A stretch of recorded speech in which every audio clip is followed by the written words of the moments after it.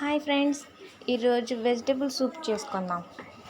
దానికి కావాల్సిన పదార్థాలు: అల్లం వెల్లుల్లిపాయలు సన్నగా కట్ చేసుకుని, క్యాబేజీ, టమాటా, స్వీట్ కార్న్, క్యారెట్, బీన్స్ సన్నగా కట్ చేసి పెట్టుకోవాలి.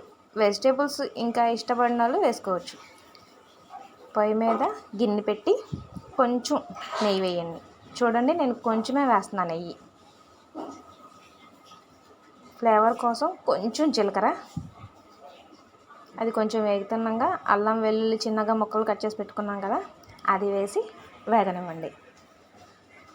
వెల్లుల్లిపాయలు అల్లం ఫస్ట్ బాగా బ్రౌన్ వచ్చేలాగా వేగితే ఆ ఫ్లేవర్ బాగుంటుంది. తర్వాత beans, carrot, cabbage, sweet corn, టమాటా ఇవన్నీ వేసి వేపుకోండి. సిమ్లో పెట్టి వేపుకోండి, ఎందుకంటే ఆయిల్ తక్కువ వేసాను, నెయ్యి తక్కువ వేసాను కదా.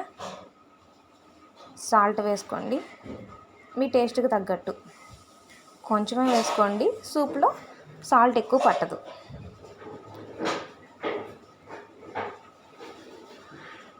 వెజిటేబుల్స్ కొంచెం మగ్గిన తర్వాత వాటర్ పోసుకోండి.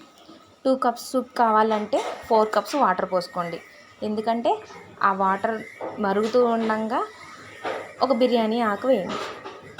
కార్న్ఫ్లోర్ 1 స్పూన్ తీసుకొని నీళ్లు కలుపుకొని ఉండలు లేకోకుండా కలుపుకోండి.